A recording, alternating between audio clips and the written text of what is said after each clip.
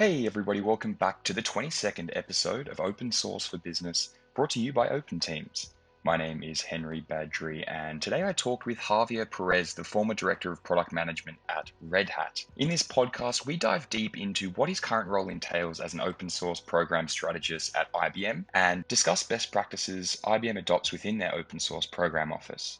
Javier is an expert when it comes to open source software security, so it was only natural that we went into detail about why so many security vulnerabilities exist within open source software and what developers should do about it. Whether you are a user, developer, manager, or just curious about the industry, Open Teams is the place to find the information, news, training, and support you need to thrive with open source software.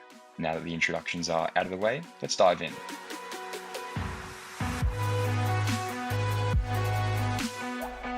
Javier, thanks so much for joining me on the podcast today. Hey, Henry.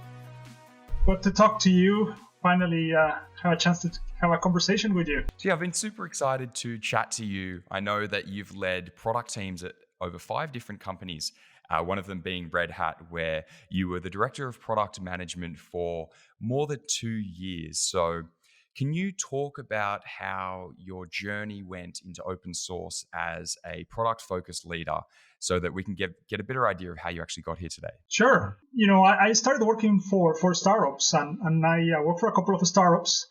One of them, the name was Feed Henry. I can tell you the story about the name later. And we built an offering. We built a cloud-based offering, a product, a platform, 100% based on open source software. 100% based on open source software. And that led us, very proud of that offering, the group effort as a team. That led us into an acquisition by RedHat. So that's how I went into RedHat and went there and obviously much more focused on open source. And I had the opportunity to learn a lot about, more of the inside and how to work with some of the communities and how to contribute and many of the different things that RedHat does with the different communities. Had a chance to experience that.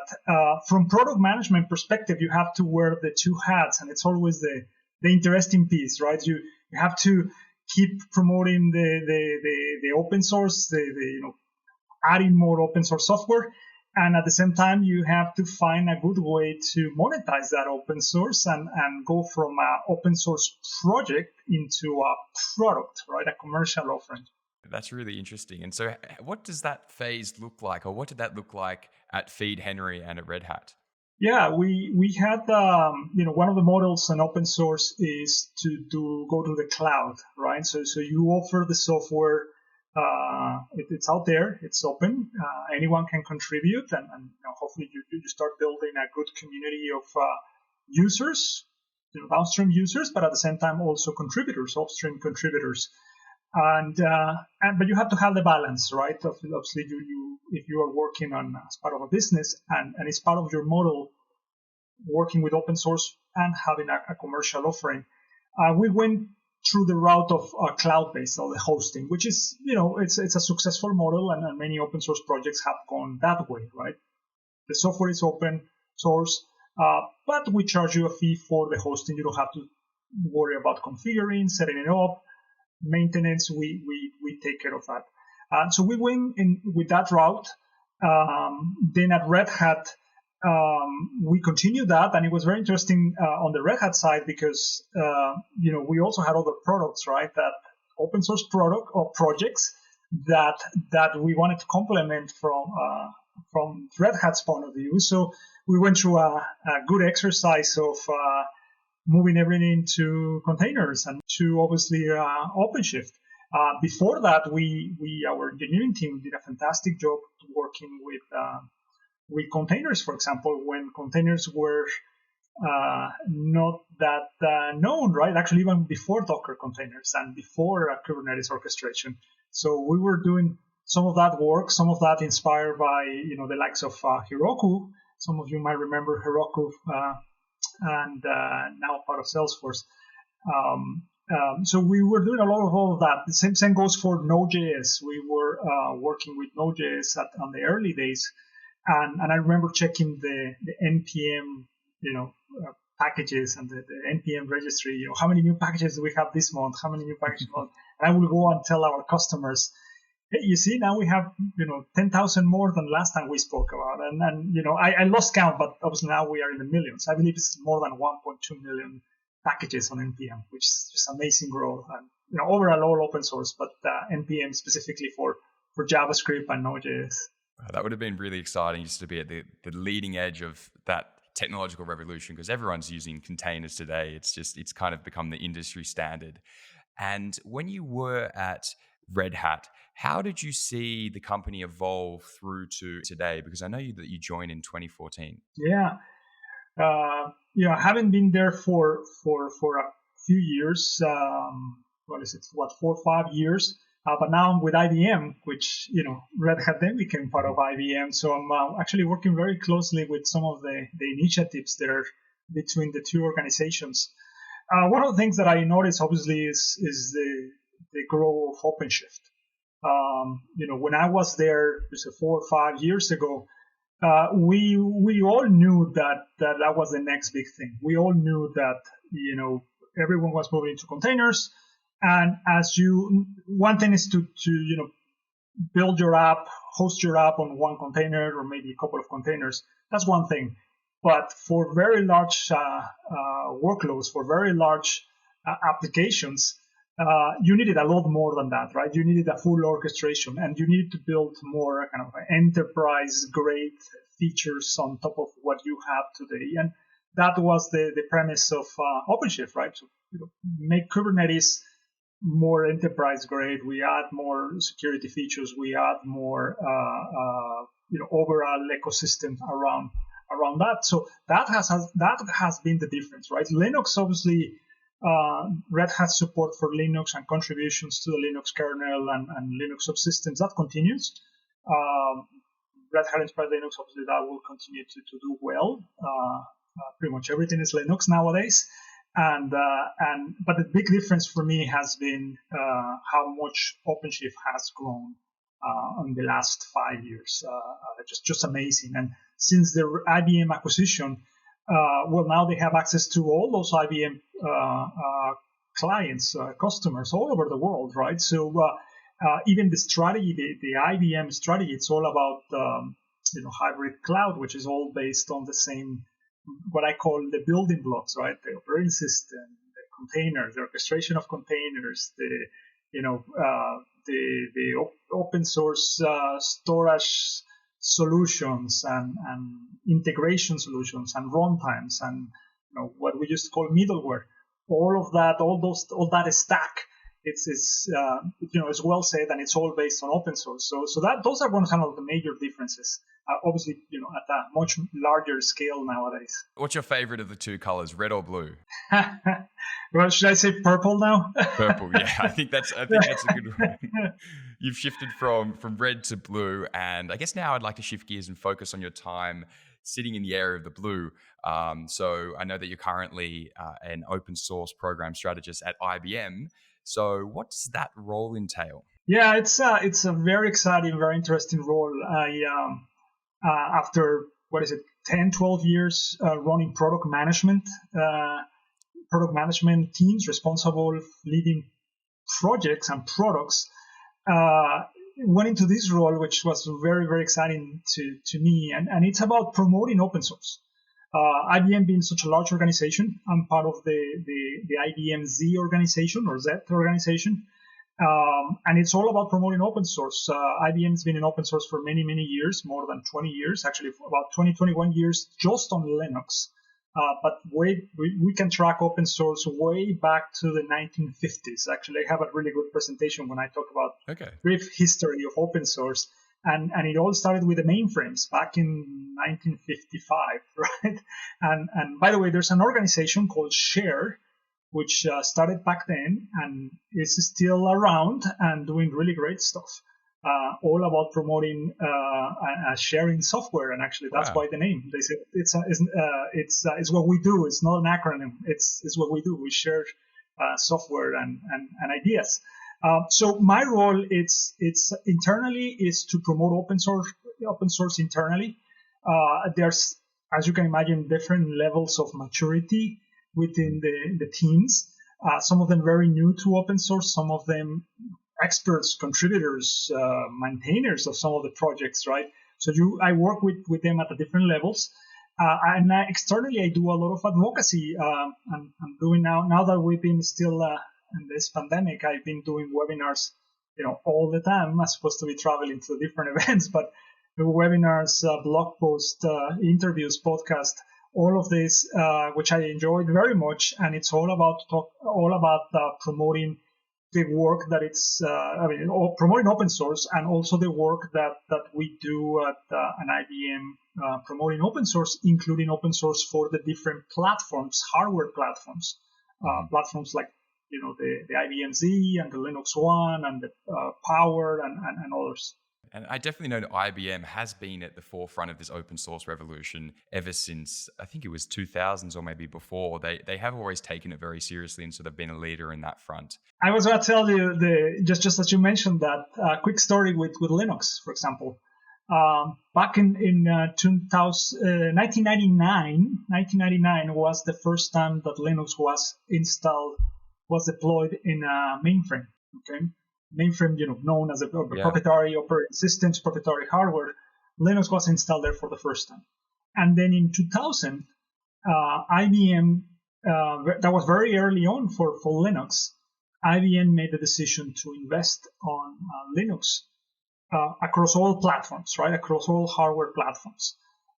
They invested $1 billion on Linux back in 2000. Wow.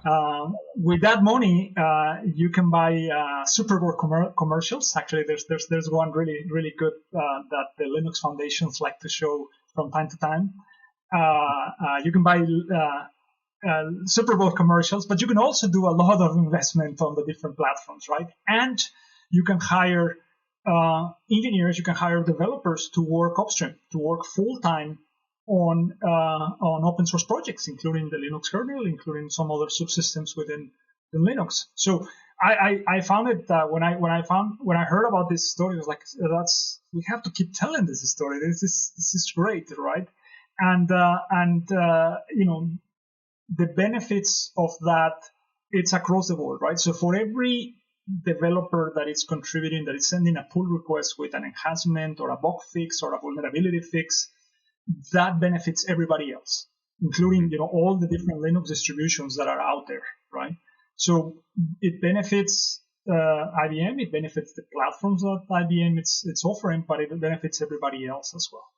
So IBM definitely took that leap at the beginning before anyone really saw the value of open source, because for years, I think at Microsoft at that time was still saying open source was a cancer, or just before that they were, so they were still shocked by it. But it's very interesting to see that IBM has had 3 or 2 decades of running an open source program office. When did their open source program office start? Do you know? I don't know the exact date, but I can tell you that it's a really formal, well-organized office. That was one of for me joining IBM, that was one of the good news or the good surprises for me. It's well organized for such a large organization. It's really driving open source, and I can tell you a few more things around what we do as part of the open source program office. Definitely, I'd love to also know some best practices, because I feel like people listening could definitely benefit from that. Yeah, I mean, best practices and maybe some of the things that we're doing at IBM that maybe some other organizations are not doing, right? I mean, of course, you have to have certain governance, and you don't want. I mean, this is not unique to IBM. I've seen it on many organizations, including RedHat and many others, where there's some level of governance, right? You encourage your employees to go and work on open source, work on whatever project you want. Work if you want to work after hours or on weekends. That's good too, right? You don't need to tell that you're working for IBM or use your IBM email or anything like that. We encourage our employees, especially developers, engineers, to go ahead and work on the projects that they are interested on. Why would you do that? And someone will ask, why would you do that?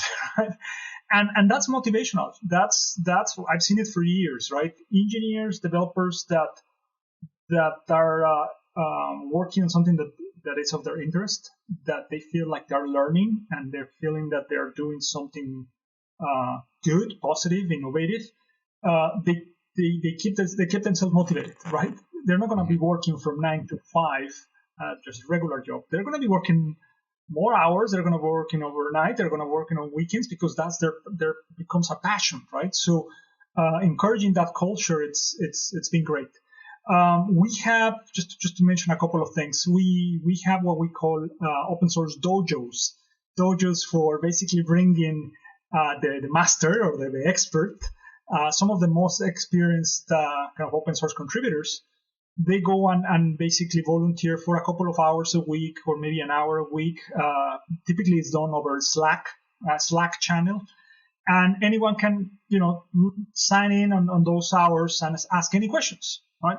I have trouble with this community, or my pull request was rejected. What should I do here or that? Or I haven't come across this open source license. Do anyone has experience with this license? What should I do on this? So all the type of questions that anyone will have, we assign these experts, the people that have the most experience, to lead these kind of what we call open source dojos. And of course, we have some of the experts more on the, let's say, on our AI related open source, or some of them more on the DevOps related open source, and some other more on the integrations type of open source languages, programming languages experts. So that's a fantastic practice. I think that's going really, really, really well. The other interesting piece is training. Actually, IBM made mandatory open source training. You have to do it once a year, every year. So you have to renew your training, and you cover all the basics of open source, which is good refresher for anyone. All the basics, from what exactly we mean with open source software, to basics of the open source licenses, to being a good open source neighbor, a good citizen, right? Where it's not just download and work downstream, but also go back and contribute, and making very clear to people that, hey, if you fork something, now you're on your own, right? Now you have to maintain that fork. Now it can become closed source now. So we kind of refresh on that every year, and that training is taken by thousands of IBM employees, which is fantastic. It's all online. It takes I think it's half an hour or so to do it, and you do it once a year. How has that training impacted the organization internally? It seems that that is kind of an inner source approach. Yeah, so inner source, it's going really well. By the way, there are other also inner source initiatives within different groups. I recently heard a presentation from a team that did everything on a inner source model, right? Which, for people that are not familiar, it's exactly the same as open source. The only difference is that it's within the company, right? You try to bring contributors. Your code is available to anyone. The only difference is inner source is within your own company. But the other thing is that we also try to promote that, okay, you're done with your inner source project or, release. Now let's open source that, right? Because we see all the other benefits of building a community and bringing more people to work with that. In terms of the benefits for training, it's one of those things that it's always hard to quantify, right? It's like asking for return of investment on these things. It's always kind of difficult to quantify, but I'll tell you that, I'm always say there's never enough good communication, right? You have to go and tell them or train them, enable people again and again and again, right? Because everyone has like their day jobs, and if you're not doing it, you forget, right? So it's good to keep having it. It's good that your employees know when you talk about open source and when you talk about, as I was mentioning earlier, doing a blog post or an announcement or a press release about a new offering that comes with all the innovation from open source. So it's good to have the rest of your company and your employees to talk about that as a good thing, right? As all right, we are innovating, we are promoting innovation, and by the way, another interesting thing about IBM is we also have a very, very strong research team that works on many patents, right? Actually, I believe IBM is the number one company in the world in terms of the number of patents per year. And we are top one, top two, top three in terms of open source contributions, contributors to open source as well. So how come these two, which seem to be completely opposite, right? Closed source, you have a patent versus open source, and the same research team that is that has many patents and continue to work on patents. That same research team also works on open source because they see the benefit of growing the community, bringing more contributors. So it's a nice balance that companies have nowadays, right? And we have so many more recent examples where companies try to kind of be more restrictive on their licenses or try to, well, we can't just be completely open source. Well, you have to have a balance. That's understandable. You want to monetize the work that you're doing, but having your employee base, having your engineers all familiar with open source, I think that promotes innovation, and that's something another thing that I've seen like really, really positive for an organization, and especially a large organization like IBM. That's really interesting. I know when I first heard about the defensive patent strategy of IBM, I didn't know it was largely defensive. I thought they were taking out patents, which I believe largely hinders in innovation in a lot of senses. But I heard that it was defensive to help the open source community, which I thought was a great initiative. And I know that one other topic that you have quite a bit of experience in is security, open source software security, to be specific. How do you identify vulnerabilities in open source software, and why do these vulnerabilities and exploits exist? Good point. And I am glad I had the opportunity to talk about this. I every time I have a chance, I do sessions or presentations about open source security. And some people will say, well, everything is open source, right? So I'm coding on Java, I'm coding on Node.js, I'm coding on Python, and I depend on all these libraries, right? I can't just write everything from scratch. I have to use these libraries. And depending on the programming language, you can have a few and you can have hundreds or even thousands of open source libraries, right?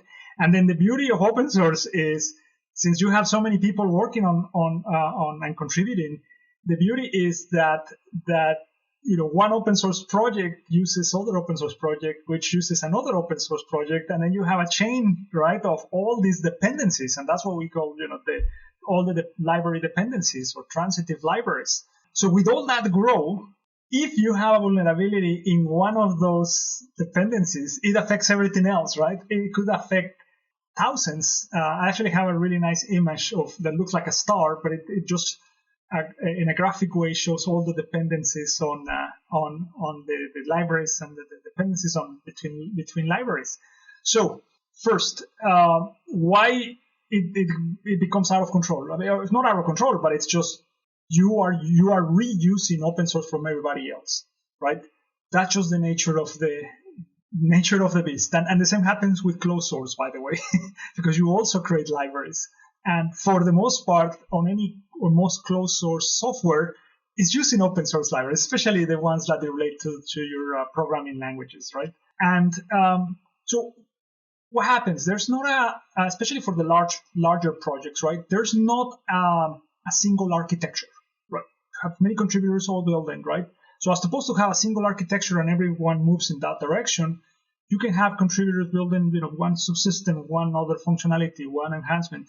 So the fact that you have many contributions and you start growing your open source software, your project, then that means that you might have some gaps there, right? Not as a single architecture. Those gaps can become vulnerabilities. The other important point is really the lack of kind of security knowledge, right? Talking about training and talking about enablement developers. there are some basic kind of security related um, items that the developers should learn. For example, you can start with the top 10 OWASP vulnerabilities, right? If the developers know about that, then they're going to pay attention to those potential vulnerabilities and they're going to write a better code. So training, it's key. The other point, and by the way, some companies will say, well, impossible to bring my entire teams for training and things like that.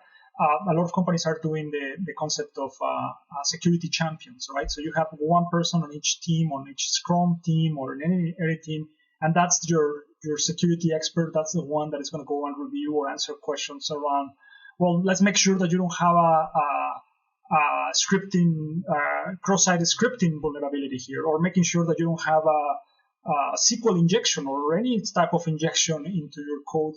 And there are things that are kind of relatively easy to identify with just a little bit of training. So the fact that the architecture is not one piece, it's put it together in multiple pieces. The fact that there's some lack of a kind of security basics training, that makes possible that there are vulnerabilities all the time now, or you can find vulnerabilities all the time. Now, the smart thing to do, and many developers know it and do it, is I discover a vulnerability. I don't go and tell you that there's a vulnerability. I go and work on the fix. Once I have the fix, then I go and disclose the vulnerability with here's the fix, which is great. That's the proper way to do it. Actually, the proper way to do it would be also to disclose the vulnerability to the National Vulnerability Database or some other repository, so other people know about the vulnerability, not just on a line of your code or a comment in your code. And then the last piece, just to complete here my comment, it's not every vulnerability it's been exploded, right? So one thing is, the analogy that I like to say is, you leave the door wide open in your house or your apartment. That's a vulnerability, right? But that doesn't mean that something bad is going to happen, right? It's just a vulnerability. You left the door wide open. Now, if someone comes in and steals something, that's an exploit on your vulnerability. Yes. Right? So the same happens with code. You can have, a number of vulnerabilities in your code. That doesn't mean necessarily that you're going to be that you're going to have an exploit. And the other thing is, exploits could happen in many different ways, that's another big problem that we have in open source and in open source security, which is, we can take care of vulnerabilities, but maybe there's a different type of exploit that we didn't know, right? So it gets really, really complex, and it's very, very interesting. And by the way, that's another reason why the cybersecurity, especially the application security space, it's hot, it's growing, and also in the open source side of things. That's great to hear. And I'm a bit worried to see what happens in the future. I think that with all this open source and just our entire lives built upon software, there are definitely going to be many opportunities to exploit the vulnerabilities. So I hope we stay ahead of the hackers or the people that are going to exploit it. But yeah, thank you so much for your time, Javier. It's been great chatting with you. Absolute pleasure. And I hope we get to do this sometime soon again. Happy to do it, Henry. Thanks for the invite. Thank you. And to everyone listening, if you like this, then please leave a like on YouTube if you're watching it there, or if you're listening to it on Apple Podcasts, then please leave us a review letting us know what you think. It really does help out to get the podcast out there. So thanks, everyone. Thanks, Javier. And until next time,